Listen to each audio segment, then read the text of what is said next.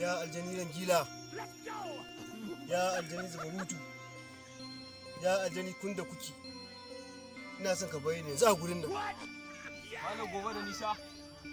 Barkanka da warhaka. Barkan ku ne, me ke tafi da ku haka? Yawwa. Me ke tafi da ku ne haka a cikin wannan lokaci haka? Wani abu ne ke tafi da mu. Ni fa malam gobe da nisa so nake in yi kuɗi bakatatan kawai mu gan mu a gari. An yi an gama, an ji za ku fi umarni na. Zan gindaya muku. Za ku fi Dangote ma. Da ake faɗa, za ku fi Atiku. Za ku fi su. Duk za ku fi su. Za ku fi su. Na'am. Ai mu haka muke so. Ko me za a yi kawai mu zama masu kuɗi. Za ku iya bin sharaɗi na? Za mu. Mu 'yan maliyansu ne fa ba abin da ba za mu iya yi ba. Ku jira ni yanzu za ku ikon Allah. Zan ba ku wata laya. Daga sama fa. Danke ta kaya ka danke ta. Ba shi ma ya danka.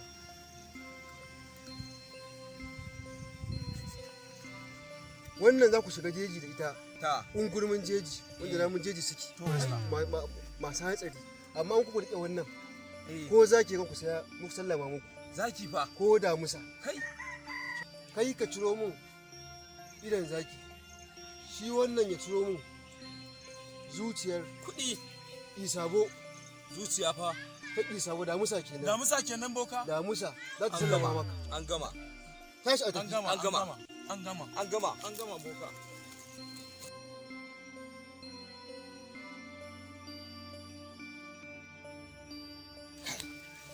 Ni fa abin nan fa ya fi ban mamaki fa. Game da me?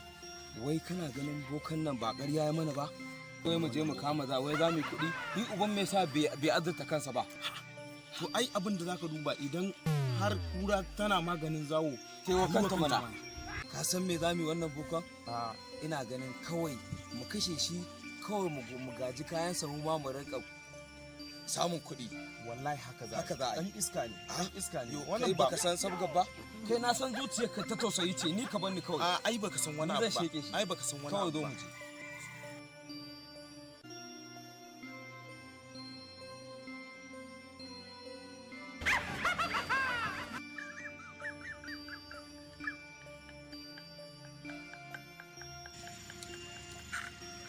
ina son ka zo yanzu ke ma ki zo yanzu aljana ki zo na nan ke ma wayo Allah wayo Allah wayo Allah